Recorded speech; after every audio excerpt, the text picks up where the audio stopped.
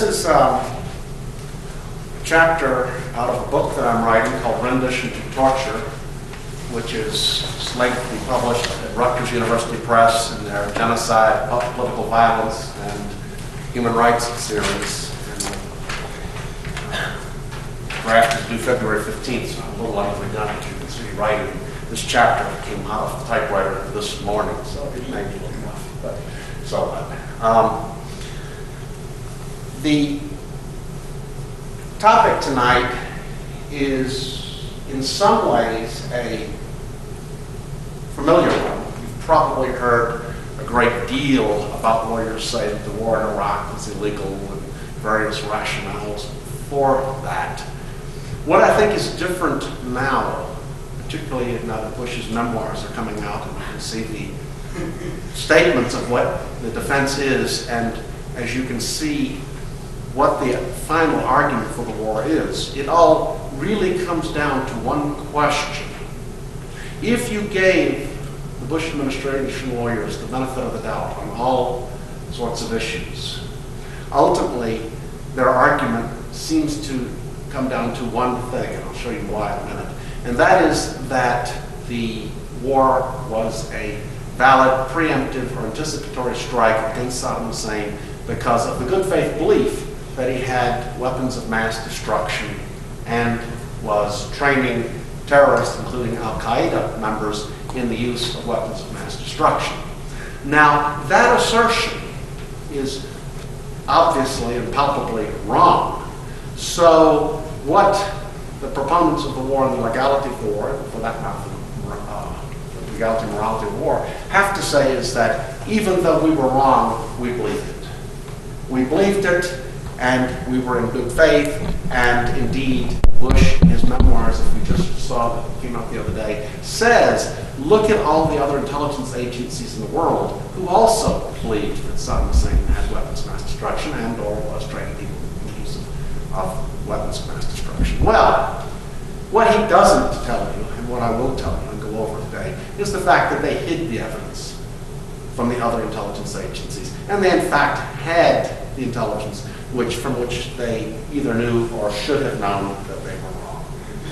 Well, in order to go through that, we need to just lay some ground rules. First off, why is it that formally, as a matter of formal law, was it illegal? And then granting their sort of expanded notions of preemptive war, even though I think most scholars think they were wrong too, but even if you were to accept them, why it cannot be that it was in good faith. Well, if you go back to the election between Bush and Gore, it's interesting because he said over and over again, he said, one way for us to end up being viewed as the ugly American is for us to go around the world saying, we do it this way and so should you. So he went on to say, nation-building exercises are beneath the dignity of a superpower, not in our national self-interest. And that distinguished him from Gore because Gore was going to go out and use our military for nation-building, and he wasn't. Kind of ironic to go back to the election and just look at what was said. Well, we're now in both Afghanistan and Iraq. So I'm going to give you a 5-minute primer on international laws of war, which track pretty interestingly with what you will get in philosophy courses on the morality of war. But it's not surprising that the law and that which moral philosophers might be saying would overlap. The U.S. was one of the first and primary signatories to the UN Charter.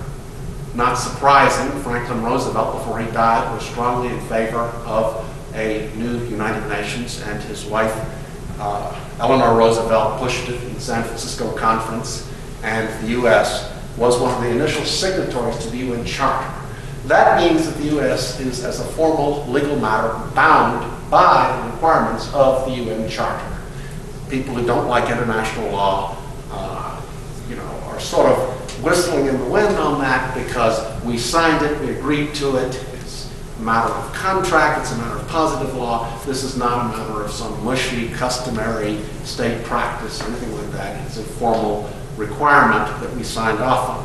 The UN Charter allows the use of military force in two and only two respects. And that is, the first one is that under Chapter 7 is that if the UN Security Council authorizes armed intervention. And the second is self-defense. And self-defense is narrowly defined as self-defense where one has been attacked, where there's an armed force attacking you. So it would appear on its face as a formal matter to rule out preemptive or anticipatory self-defense, which is the primary reason that Bush and company went into the war. So you will notice right off the bat in this lecture that I'm giving Bush a point that many of you probably wouldn't give him, and indeed I wouldn't give it to him anyway, except I'm doing this as sort of a hypothetical thought experiment. Let's give him the point and then see where it leads. See if you could plausibly have a lawful war, even if you assumed every legal point asserted by the Bush administration. Well, need to make one other formal distinction about international law, and that is you often see the blue-headed UN soldiers around the world, and they're in some pretty tough situations. Sometimes the bullets are flying, sometimes it's Srebrenica, there were genocide going on, people were being killed, but as a formal and as a practical matter, they don't count. So they're not really a part of what we're talking about, because as a matter of the UN Charter and as a matter of practice as much as they can be, they're not combatants. They're supposed to come in as neutral agents. They only come in at the invitation of the warring or hostile parties, and so peacekeeping forces under Chapter 6 of the Charter don't count. And so the blue hats, essentially, that you see in Rwanda and the former Yugoslavia and different places, we will exclude them from analysis simply because they're not at least technically combatants. So otherwise, then you have self-defense and you have the Charter. Well, where does that leave such things as, for example, humanitarian intervention, which many of you may have talked about in some of your classes, particularly if you take classes in moral philosophy and the laws of war? Well, since World War II, state practice has, as a customary matter, diverged from the formal requirements of the Charter. And so it is argued that there are exceptions, that even though the formal legal rules have applied and technically make illegal virtually every war since World War II, with the exception of the Korean police action and a few other things, nonetheless, state action has been such that, and state practice has been such, that it allowed people to go into places such as Somalia. You remember the movie Black Hawk Down, and so the question is, can you have humanitarian intervention? And if you could, does either the war in Afghanistan or the war in Iraq count as a humanitarian intervention? Well, the answer is almost certainly no. Almost no one thinks that you can intervene willy-nilly just because there's a bad situation or a mean dictator or something like that. You have to have some precise criteria, the first and foremost of which is that there's mass killings or the imminent threat of mass killings.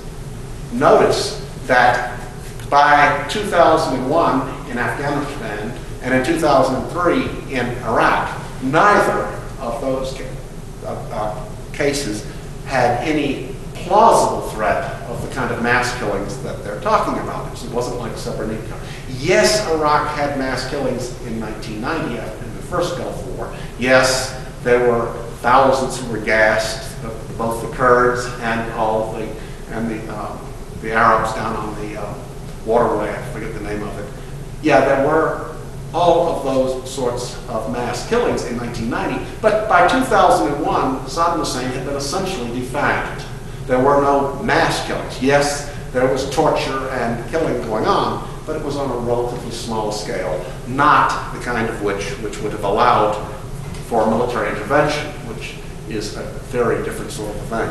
And similarly with Afghanistan, the Taliban were a thoroughly obnoxious and nasty group of people.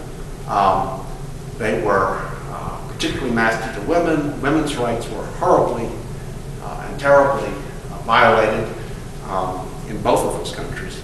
But it wasn't the kinds of mass killings that would meet the first criteria. Next off, your purpose has to be to stop the widespread threats to life, not to, for example, get oil or a pipeline. You have to use proportionate means. I suppose that's one of the reasons why you have to have mass killings and not just a few, because war ends up in lots of people dying. And so it's got to be mass killings. Just it seems almost intuitively obvious that would be the case. You have to make attempts for peaceful resolution. Well, if you look at Afghanistan, we went 3 weeks to try to resolve that one, and then turned down the Taliban shortly after the war began, when they offered to turn over al-Qaeda to an international court. So one might argue that the attempts were pretty thin, but I guess some attempts were made. Let's, for a hypothetical situation, just give the Bush administration that one. Doesn't hurt us, because it's still going to come out the same way. There has to be a collective intervention. Well, what was the collective intervention in Iraq? U.S., Great Britain, Palau? Nobody else gave over a couple hundred soldiers. It was collective in name, sort of only 38 nations, of which 2 actually really did anything. Afghanistan was a little more collective, and that was a slightly different case. And finally, the danger must be imminent to avert mass killings, and of course that doesn't apply. I think we can safely say, and I think even most of the diehard adherents to the Bush administration would admit that humanitarian intervention doesn't account or justify either war. The main difference between Afghanistan is twofold. First off, there were various resolutions that at least arguably, and I say arguably, plausibly, allowed for the intervention in Afghanistan by a coalition. Now, I'm not going to go through the reading of them. There is some controversy. Professor Michael Mandel at Osgoode Hall at York University radically disagrees with that analysis and says that it didn't bear that construction, that the UN resolution didn't allow for even the invasion of Afghanistan, much less Iraq. But I'll pass that by, because I think the Bush administration could plausibly, and I say plausibly only, could have argued that it was a matter of self-defense. Now, Michael Mandel argues that that was just pretextual, and his evidence for it is, first off, when Donald Rumsfeld told President Bush that international law allowed the use of force only to prevent future attacks and not for retribution, Bush said, "I don't care what the international lawyers say, we're going to kick some ass." And then at another time he said, "Any barriers in your way, they're gone." Well, any reasonable interpretation of that language suggests that the Bush administration had made up its mind to go to war, both in Afghanistan and in Iraq, and were merely looking for a pretext to invade. And Michael Mandel and some other scholars, and I assume Michael Mensch here as well, would argue from that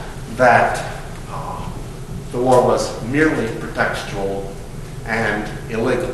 And they may be right as a formal matter. I don't want to debate that. I don't. What I want to do is to distinguish Afghanistan from Iraq, to point out how completely obvious it is that Iraq was illegal. And so let's, again, whatever side you come out on that, let's give them that one. And there are some reasons why you might give them that one. For one thing, those words, they were said by the former President Bush, but they are out of context, after all, with a lot of other things that were said by a lot of people. And at the very least, one could argue that the war in Afghanistan was self-defense. After all, if you just look at what the Taliban had done, they had in fact done a warlike act, killing nearly 3,000 people in the trade center. They had, or at least the Al-Qaeda had. And Al-Qaeda had so wrapped itself into the Taliban that it's at least arguable that there was no way they could give up the Al-Qaeda agents, and it's at least arguable that they were a plausible imminent threat making necessary the war. I don't ask you to agree with those arguments. I just ask that you consider them as at least plausible. And the reason why I would suggest to you that that is one way that you should at least consider it is the fact that as a practical matter, most nations in the world have in fact accepted that interpretation.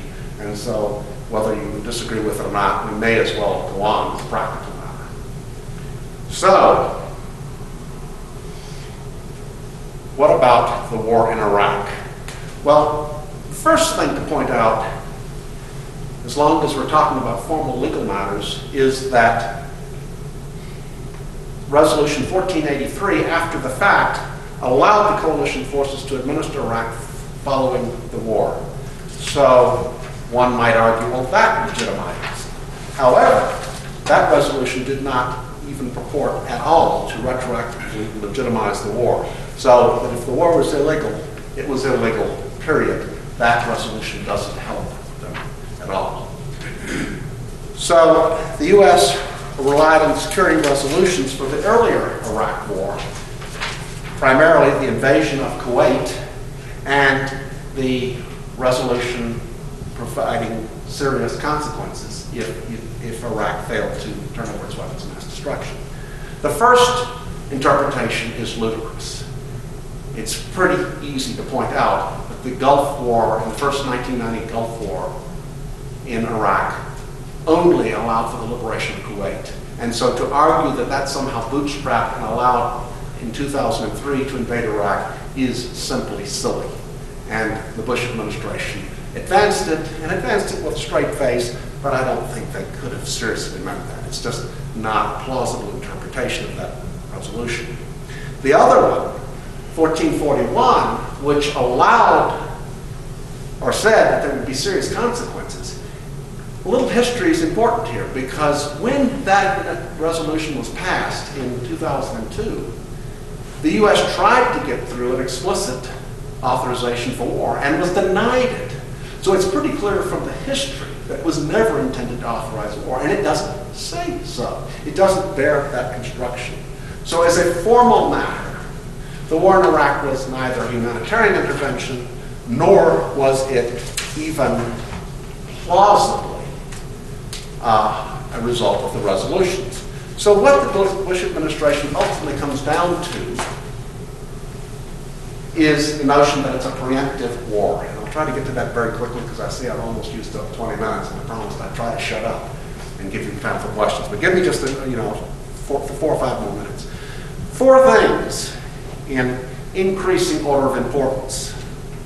The first one that you all know about, because I know Greg keeps bending my ear about it, and I think it's the least plausible of the arguments, but students often think it's the best, and that is that Hans Blix, in his report prior to the war, basically said that Iraq wasn't doing that bad. It wasn't full cooperation, but give us more time. And he even said, look, CIA, if you have evidence of weapons caches, tell us where they are, we're going to get them. And the Bush administration blew that away and basically ignored Blix and ignored both the UN and the atomic energy people.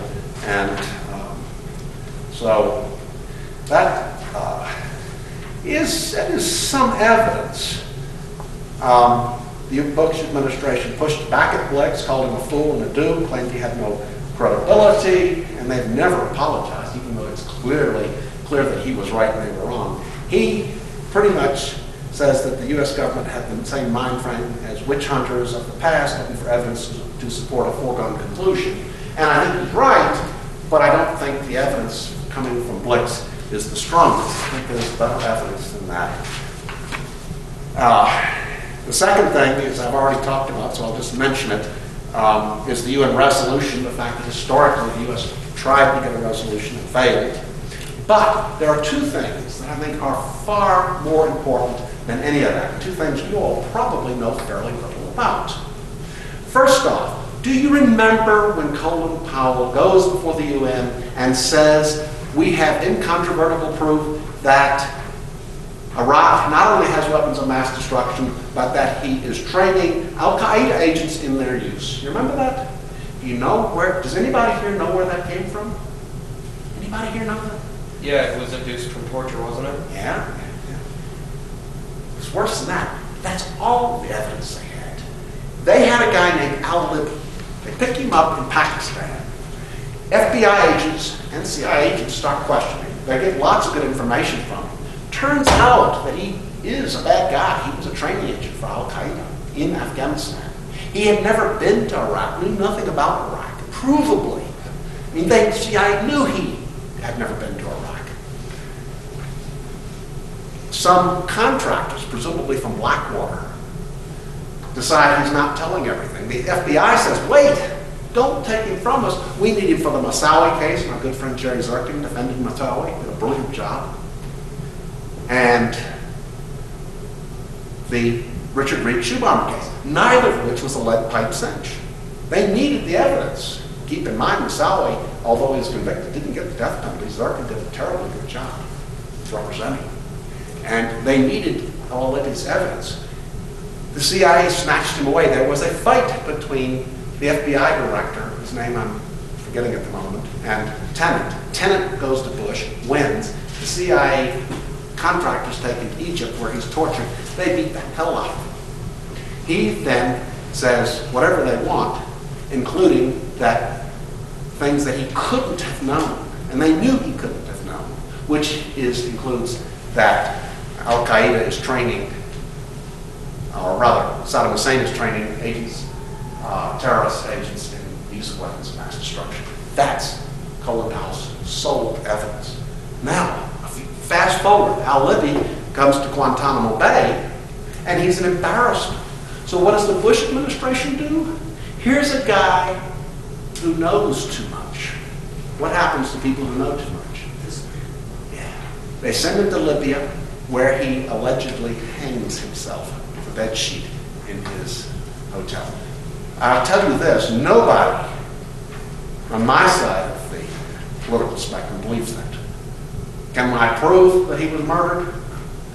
Do I think he was probably murdered? Yeah, it doesn't ring right, does it? So we have Al-Libby, who now conveniently cannot testify to anything. And keep in mind, Al-Libby was witness number one in a lot of these Guantanamo trials. The defense was pushing to get him all over the map. Now, you notice the prosecution never wants him. He's tainted goods, right? He's gone. And why is it? Ask yourself this. Of all of the people at Guantanamo Bay, only one was shipped to a Libyan prison. Al-Libby. Now, if that were all the evidence I would have, you might say, okay, Professor Clark, it's pretty damning, and it doesn't look like the Bush administration was acting in particularly good faith, but it's not conclusive proof. If that's all you have, then at least some people are going to give him the benefit of the doubt. Am I right? There's one other thing. One more thing. And this one, I think, when you take with the Al-Libby thing, you have to decide is really powerful.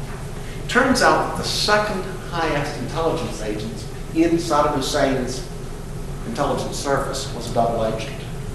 And another high intelligence agent, not quite as high as him, was also a double agent. So we had two moles within the Iraqi secret intelligence service. And they were asked, under circumstances where they had no reason to lie, because we were getting ready to invade, right? Scary stuff. Under circumstances where they had no reason to lie, they were asked about weapons of mass destruction. You know what they told our CIA? We don't have them. They're a myth, they're a mirage, we don't have them. Now, if that's still all we had, I would say, okay, Bush, you got me. Other intelligence agencies all around the world thought you had weapons of mass destruction. Maybe you still had some shred of faith. But guess what? How many intelligence agencies, including the British MI5 or MI6, did we tell? No. Notice, Tony Blair is in a hell of a fix politically. He wants to go to war with Bush, called him Bush's poodle. But he had to persuade his Attorney General Goldsmith that the war was lawful. And Goldsmith gives him that opinion over the resignation of other lawyers within the Attorney General's office in Great Britain who said, this is bullshit. It's an illegal war, you can't do it. You need a Security Council resolution. Now we're getting back to the formal stuff that I had to do, the formal legal poo-poo to make this make sense. You see how this is all connecting up, I hope. Notice, I don't think there's anyone in this room who thinks that had Great Britain not joined the coalition, Bush would have been able to get away with the war. It was the fact that Brits didn't come to the war. And intelligence agents higher in Great Britain are saying, had they known about the 2 Iraqi intelligence agents, Britain likely would not have gone to war. So, and I realize I've taken 5 minutes longer than I said I was going to, and sorry for that. It's a lot of material. You can see that it's a 39-page essay that I've written, which goes into it in far greater detail than I can go in a quick talk. But I conclude that even if you ignore that fact that it was a formally illegal war in violation of both the resolutions of the UN Security Council, including 1441, and even if you concede the doctrine of preemptive war, which I maintain is not a valid doctrine, but even if you were to do that, you cannot conclude that the Bush administration, in good faith, thought, or could have thought. Indeed, what you have, anybody here that are legal studies majors? No? Well, there's this test in commercial law called the pure heart or white heart and empty head test. And that's what I would suggest applies to the Bush administration. If they claim to have a pure heart, then the only thing you can say is they must have had an empty head. Any questions? I know it's a lot. I've gone over what really is a lot of material in a very quick, short compass. Laws, resolutions, cases, and all sorts of stuff. Well, let's give a hand first. Huh?